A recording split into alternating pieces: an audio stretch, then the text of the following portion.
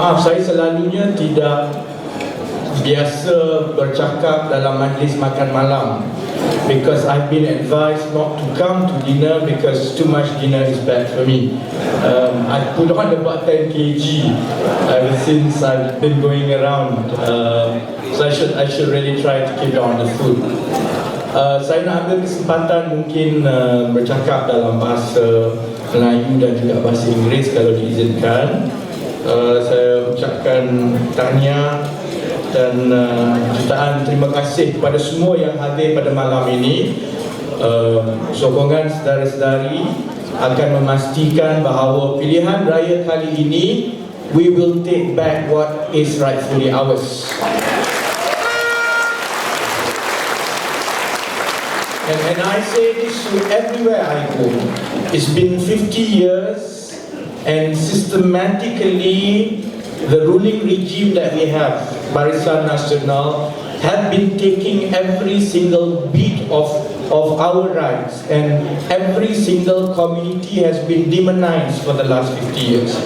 You know, you go and ask, kalau saya berceramah di kawasan-kawasan Melayu, saya sebut, kalau ditanya kepada orang UMNO, semua yang salah dalam negara ini, everything that is wrong in this country as far as UMNO is concerned, is the Chinese fault. You see, they go and do business, dia tak reti buat business, dia bankrupt, salah China. Kemudian dia pergi belajar, dia bodoh, dia gagal, salah China. In fact now, kalau buah durian, musim durian sekarang, kalau buah durian tak luruh pun, itu pun salah China, kalau ikut UMNO. That's UMNO for you, my friend. And then lately I've been following our Indian friends, and I was surprised and terkejut kerana more and more we discover that ada di kalangan kawan-kawan India kita, kawan-kawan dari masyarakat India yang sudah tinggal di negara ini 40, 50, 60, 70 tahun, daripada datuk, nenek, kemudian bapa, anak, but until today they are still denied their right to get NIC, identity card. And because of that, they have been treated and continue to be treated as a foreigner. The children cannot go to school, the children cannot get treatment at hospital. Saudara Gobi, saya undang saudara Gobi.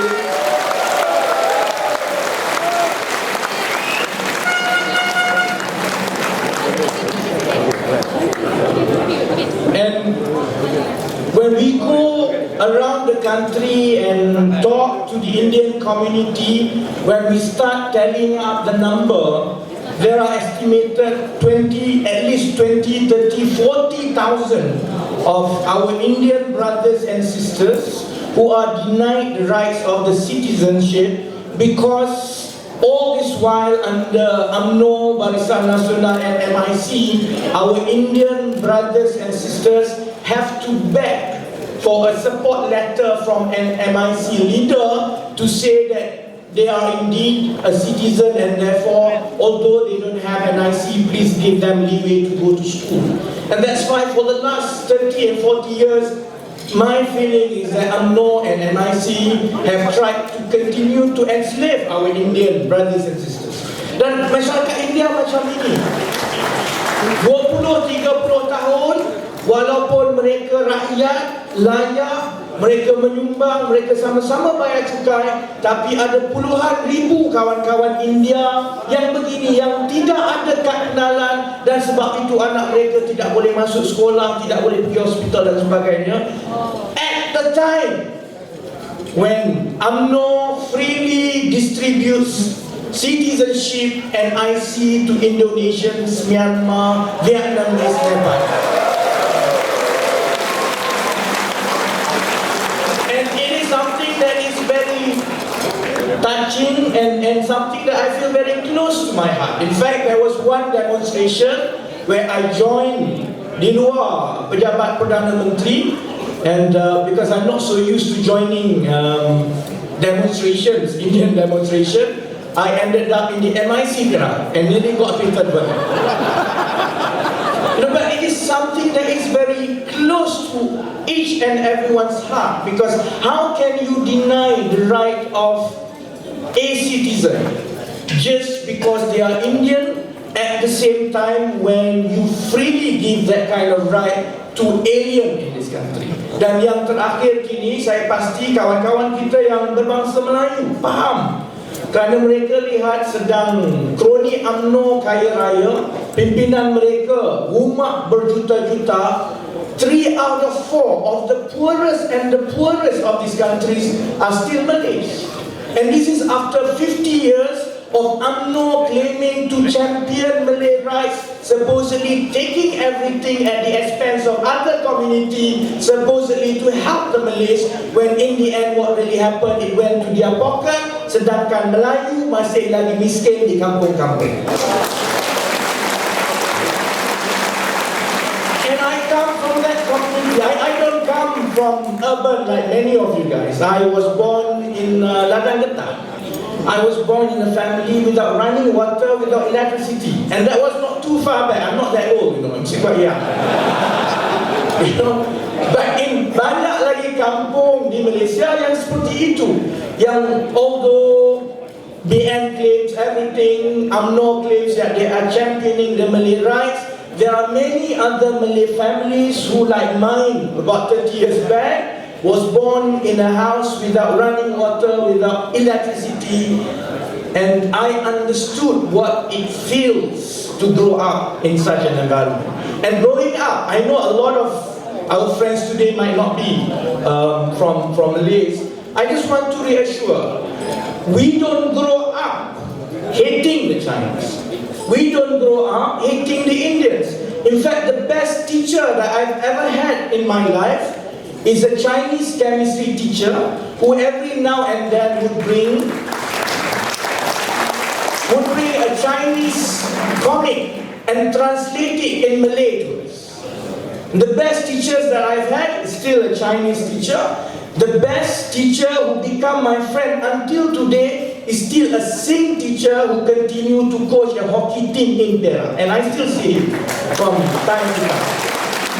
So coming from that, the most rural Malay family, not a little bit of our upbringing, we were taught to be racist.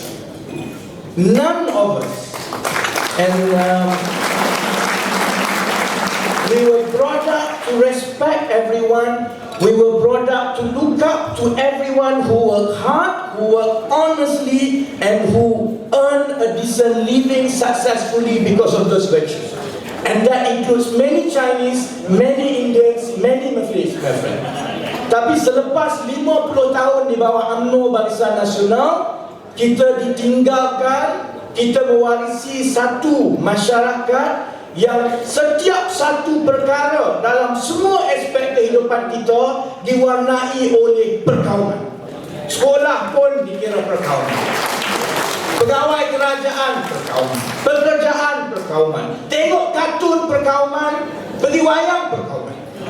Kerana kerajaan yang kita ada, the ruling regime that we have, can only survive, and they have been surviving on their last lifeline for the last 10 years. The only bit that sustains that is racism.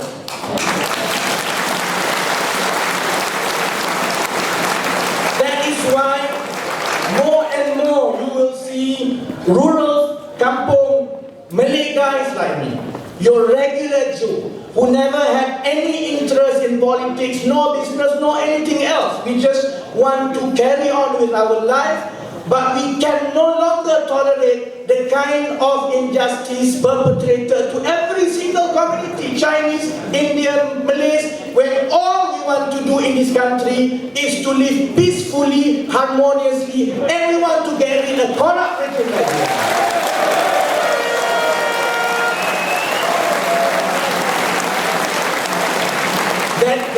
That is why for the last 1.5 years I've been quite busy. Saya pernah menyamar menjadi penternak lembu in the last 1 year.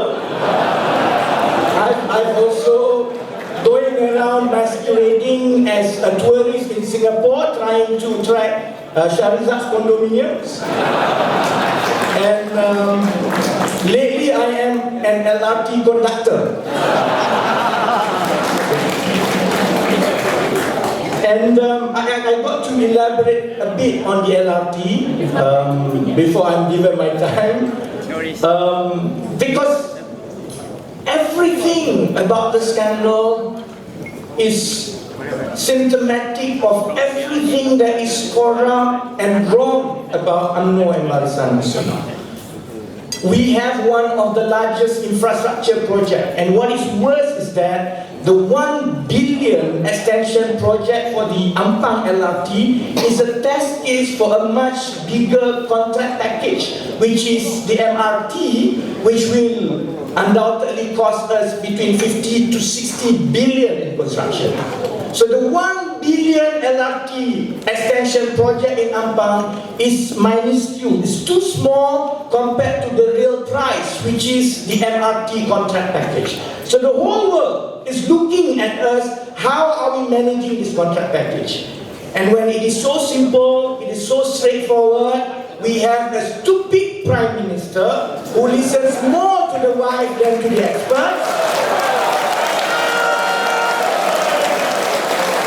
who do not give any regards to any rules, any procedures, let alone the public safety, intervene and make sure the worst of the worst, who do not deserve to be there in the place, got the project. Let me explain. There are 8 bidders in LRT Ampang project. 7 bidders, more or less, you can say they are huge conglomerates around the world. They have had experiences in train, locomotive. They've had billions worth of projects all over the world.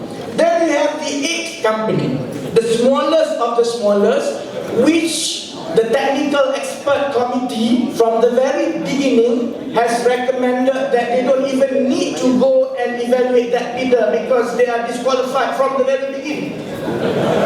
But then a phone call from Putrajaya, I don't know whether it's the wife or it's the husband, instructed, and this is reported in the technical evaluation report, to say that we would like to state here that we do not want to proceed with the evaluation for Josh Kent, bidder number 3 out of 8, but because there was an instruction from the government, we had to proceed nevertheless. It was quoted in the technical report. And this company, my friend, I actually can stomach if they want to make money. It's normal. UMNO, BN does that all the time for the last 50 years. I can still stomach it. What I cannot stomach is when you take a project that will involve the safety of 200, 300,000 of commuters every week, and you give it to a manufacturer of water gauges. That one I cannot tolerate. Because where do we stop from here?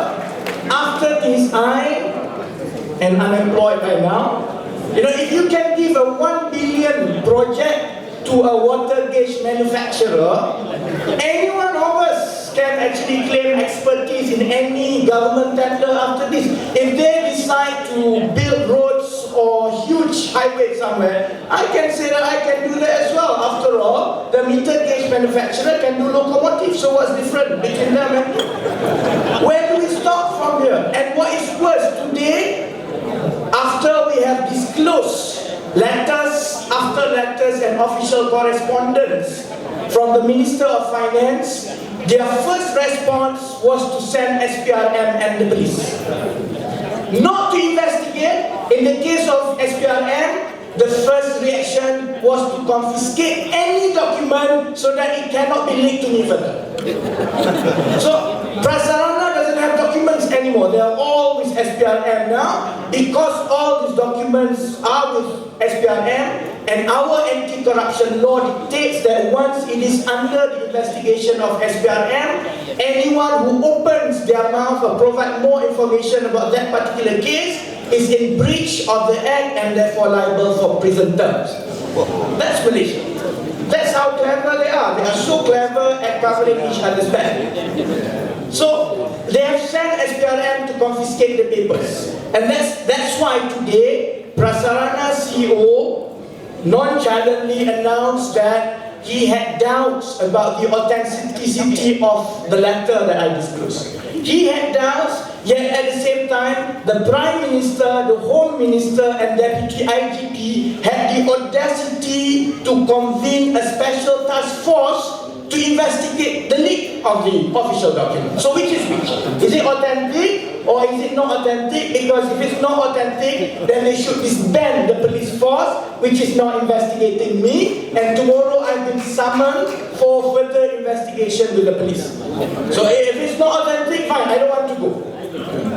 But he could say that because he was quite sure, because all the documents have been confiscated, he thought there would not be any further leaks and they are safe. They think that they can close it there. What he did not discount is the fact that George Ken is not really smart.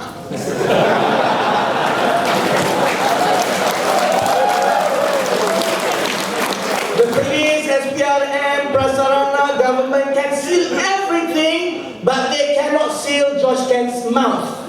What George Ken did, after receiving a letter of intent from Prasarana, they went around asking for other subcontractors to come on board. One such subcontractor is the competitor, the Balfour BT that initially was awarded the project. Last week was approached by George Ken, and George Ken said, okay lah, you tak dapat, janganlah merajuk, let's do this. I dapat tender, you ambil subcon, okay lah. That's what they did. And even more foolishly, put the offer on paper, my friend. So I have got the paper, correspondent of George Ken trying to convince Balfour BT, let's hush-hush, jangan buat bising ini case. Kita counting, saya bagi you, ini tender, you come on board lah. I've got that. So if the documents are not authentic, if Prasarana's allegation that nothing has been awarded, letter of intent has not come out, then why on earth George Ken going around trying to convince other more credible contractors to come on? But ladies and gentlemen, this is what is happening in Malaysia. As I say, I don't really mind about the money. Tak apalah, once we are in Putrajaya, we'll make sure that every single one of them will get a long-term paid holiday in Sungai Buloh.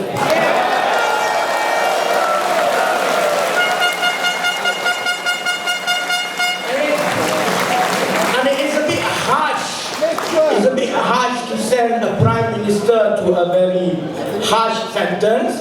We know that Datuk Seri Najib and Datuk Seri Rosmah likes to go on holidays using public's money. So we will maintain the concept. The difference is that public holiday will be in 2 small rooms in Sungai Buloh forever. So I don't really mind about the money, because once we are in power, we will prosecute them and we will make sure that we account for every single cent they have brought from this country.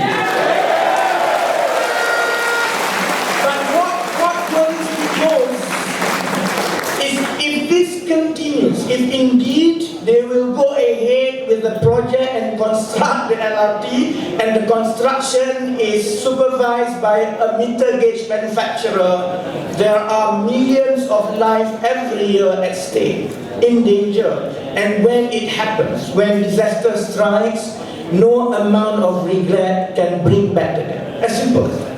That's why, my friends, everyone who is present today, saya mohon bantuan supaya kita teruskan sebar soal LRT ini. Mungkin dia tidak sepopular dan secanggih isu kondo dan lembu, I know. It's very difficult to explain this to kampung folks, It takes me ages to explain about LRT. Dia tidak seseksi kondo dan lembu, dan kita tidak akan ada menteri yang akan selak kain. Not in this one. Right? But it is more important than NFC, because millions of public lives at stake, and they can send PDRM, they can send SPRM, In fact, my wife says a few days in lockup will be good for your diet. That's what my wife says. So they can do whatever. I think we will push ahead and we will try our best to make sure that this project is halted and aborted until a qualified contractor is appointed, and we will move on to MRT to make sure they don't repeat the same blunder with MRT.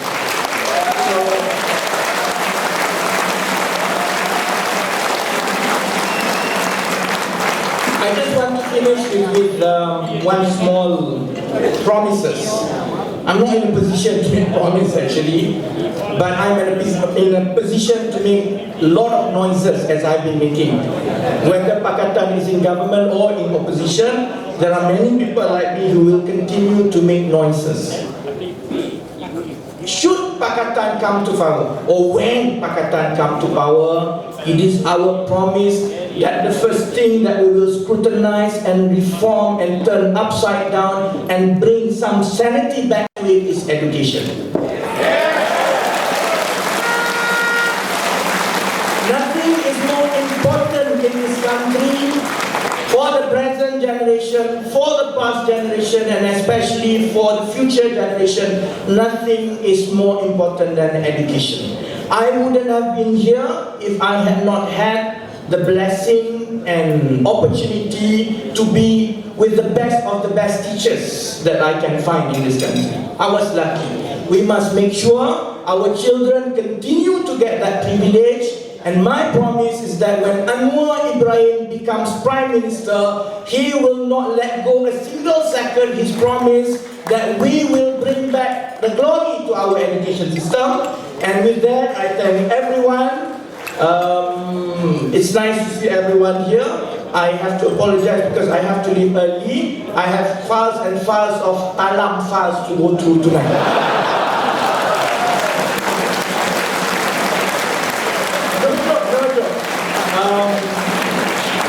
They've been making a lot of accusations. We've been really kind. We let them try to get the correct calculation for the last 2 weeks. I've run out of patience, so we've decided to go through and review every single file of the lands taken and given to Talam.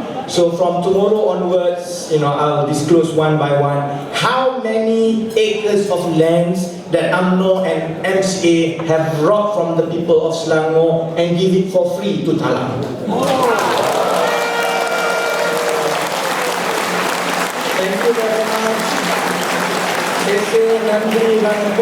Terima kasih. InsyaAllah kita berjumpa lagi. Saya hanya minta yang terakhir, pastikan adik saya, Saudari Nurul Izzah, terus kekal sebagai ahli parlimen Lembah Pantai, supaya one day we will finally get a woman Prime Minister.